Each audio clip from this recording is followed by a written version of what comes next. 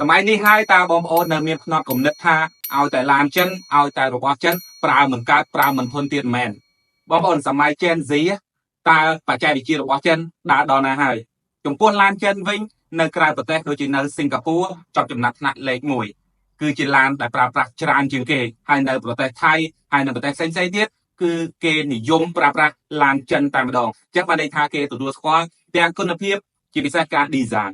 design របស់ឡានចិនគឺស្អាតខ្លាំងណាស់បងប្អូនហើយឡានចិនវិញគឺខ្ញុំធ្វើបទបង្ហាញបានច្រើនហើយឃើញថាឡានទាំងនោះគឺគុណភាពល្អ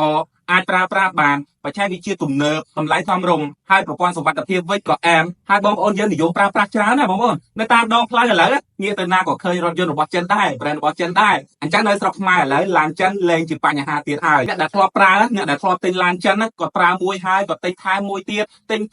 តហើយគាត់ណែនាំឲ្យបងប្អូនគាត់ប្រើតែម្ដងប៉ុន្មានថ្ងៃនេះខ្ញុំអង្គុយលេង Facebook ខ្ញុំអង្គុយមើល YouTube ខ្ញុំចាប់អារម្មណ៍ឡានចិនមួយគឺ Jack JS6 ស៊េរីថ្មីដែលមានការរចនាស្អាតខ្លាំងបំផុតជាមួយនឹងបច្ចេកវិទ្យាទំនើបហើយរូបរាងបែបនេះគឺស្អាតប្លែកតែម្ដងហើយសម័យថាប្រសិនបើមានក្រុមហ៊ុនផ្លូវការមួយយករថយន្ត Jack JS6 ស៊េរីថ្មីនេះមកលក់នៅកម្ពុជាក្នុងតម្លៃ 20000 ឬក៏ 20000 ជាងខ្ញុំអត់ដឹងថាកប់ប៉ុណ្ណាទេមិនដឹងថាផ្ទុះទីផ្សារកម្ពុជាប៉ុណ្ណាទេហើយបងប្អូនដែលចង់បានឡានថ្មីក៏មិនដឹងថាគ្រប់គ្រងប៉ុណ្ណាដែរដោយសារតែរូបរាងថ្មីនេះវាស្អាតខ្លាំងពេកបងប្អូនសំខាន់ក៏មានបច្ចេកវិទ្យាទំនើបដែរហើយខ្ញុំសូមបញ្ជាក់បងប្អូនបន្តិច brand រថយន្តនេះតាមខ្ញុំស្រាវជ្រាវមើលគេអានថា Jack មិនមែន JAC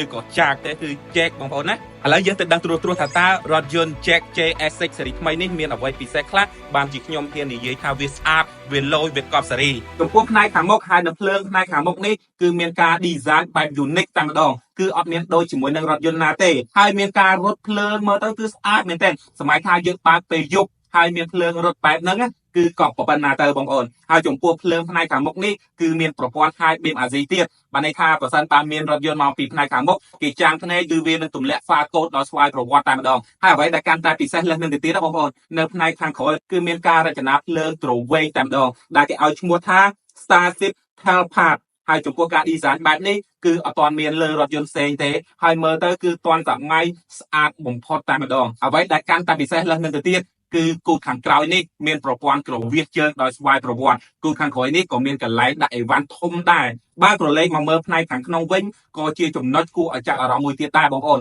ដោយសារតែរថយន្តនេះបានបំពាក់ជាមួយនឹងអេក្រង់ទ្រវែងភ្លោះតែម្ដងទំហំរហូតទៅដល់ 24.6 អ៊ីងយើងអាចភ្ជាប់ជាមួយនឹង Apple CarPlay និង Android Auto ដោយមិនបាច់ប្រើខ្សែហើយចំពោះផ្ទៃអេក្រង់ឬក៏គេហៅថា interface នេះគឺយើងអាចសេរីបានរហូតទៅដល់3 color លយខ្លាំងមែនទែនចំណុចដែលខ្ញុំចាប់អារម្មណ៍មួយទៀតណាបងប្អូនគឺចង្កឹះលេខអេឡិចត្រូនិកបែបមួលដោយលក្ខណៈយើងមួល volume បាទ radio របស់យើងនៅផ្ទះអញ្ចឹងការ design បែបនេះគឺវាទាន់សម័យហើយនឹងងាយស្រួលក្នុងការប្រើប្រាស់លើសពីនេះទៅទៀតគឺមានកន្លែងសាកថ្មដោយមិនបាច់ប្រើខ្សែយើងមានទូរស័ព្ទទំនើបបែបហ្នឹងយើងគ្រាន់តែដាក់ពីលើមកគឺវានឹងបញ្ចូលថ្មដោយស្វ័យប្រវត្តិតែម្ដងបាទបងប្អូនប្រឡេកមកមើលផ្នែកខាងលើដំបូលបងប្អូនឃើញអីអត់គឺដំបូលដែលអាចបិទបើកបានពីល្វែងខាងមុខដល់ល្វែងខាងក្រោយអ្វីដែលកាន់តែពិសេសលើសនឹងទៅទៀតបងប្អូនរថយន្តស៊េរីថ្មីនេះគឺប្រើប្រាស់ជាមួយនឹងម៉ាស៊ីនសាំង 1.5T ម៉ាស៊ីននេះអាចផលិតថាមពលបានខ្លាំងមែនទែនរហូតទៅដល់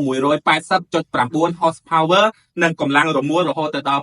280 Newton meters ឯណោះជាមួយនឹងប្រអប់លេខ 6 វ៉ាត់ DCT ហើយបាននិយាយអំពីប្រព័ន្ធសុវត្ថិភាពក៏មិនណយដែរបងប្អូនរថយន្តស៊េរីថ្មីនេះគឺជាប់ចំណាត់ថ្នាក់ផ្កាយ5ពីការធ្វើតេស្តបុកប៉ះរបស់នាយកដ្ឋាន CNCAP ដោយសារតែរថយន្តស៊េរីថ្មីនេះគឺបានប្រើប្រាស់ជាមួយនឹងក្រងឆ្អឹងដែលមានគុណភាពខ្ពស់ហើយនឹងពងសុវត្ថិភាពចំនួន6ទៀតអញ្ចឹងពេលធ្វើតេស្តទៅគឺជាប់ចំណាត់ថ្នាក់ផ្កាយ5តែម្ដងបាននិយាយអំពីប្រព័ន្ធសុវត្ថិភាពវិញណាស្អីក៏មានដែរបងប្អូនគឺ blind spot monitoring ប្រព័ន្ធជំនួយក្នុងការវ៉ាជែងប្រព័ន្ធគេហៅថាចាប់ហ្វ្រាំងដោយស្វ័យប្រវត្តិនៅពេលដែលមានឧបសគ្គផ្នែកខាងមុខប្រព័ន្ធ lane keeping assist ហើយជាពិសេសគឺមានកាមេរ៉ា360 degree ទៀតអញ្ចឹងគឺយើងអាចមើលមកជុំរថយន្តតែម្ដងបាននិយាយអំពីប្រវត្តិនៃការផលិតយានយន្តវិញ Jack Motor ត្រូវបានបង្កើតឡើងតាំងពីឆ្នាំ 1964 មកម្លេះអញ្ចឹងបានឈរជើងលើវិស័យយានយន្តជាង60ឆ្នាំមកហើយរថយន្តប្រភេទអីក៏មានដែរ sedan SUV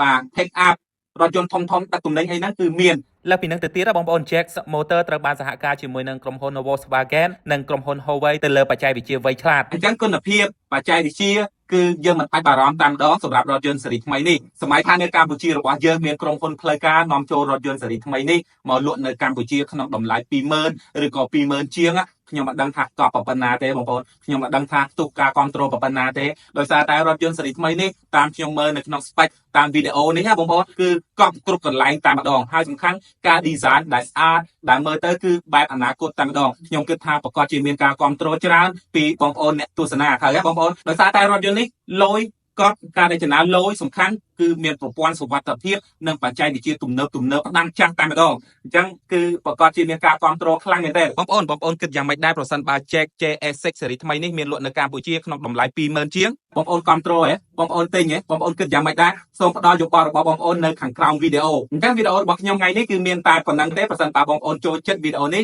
សូមមេត្តាចុច like ចុច share ចុច follow ហើយនិងចុច subscribe អ្នកមួយផងជាចុងក្រោយស្ថាបនិកកាត់ channel សូមអរគុណសូមជម្រាបលា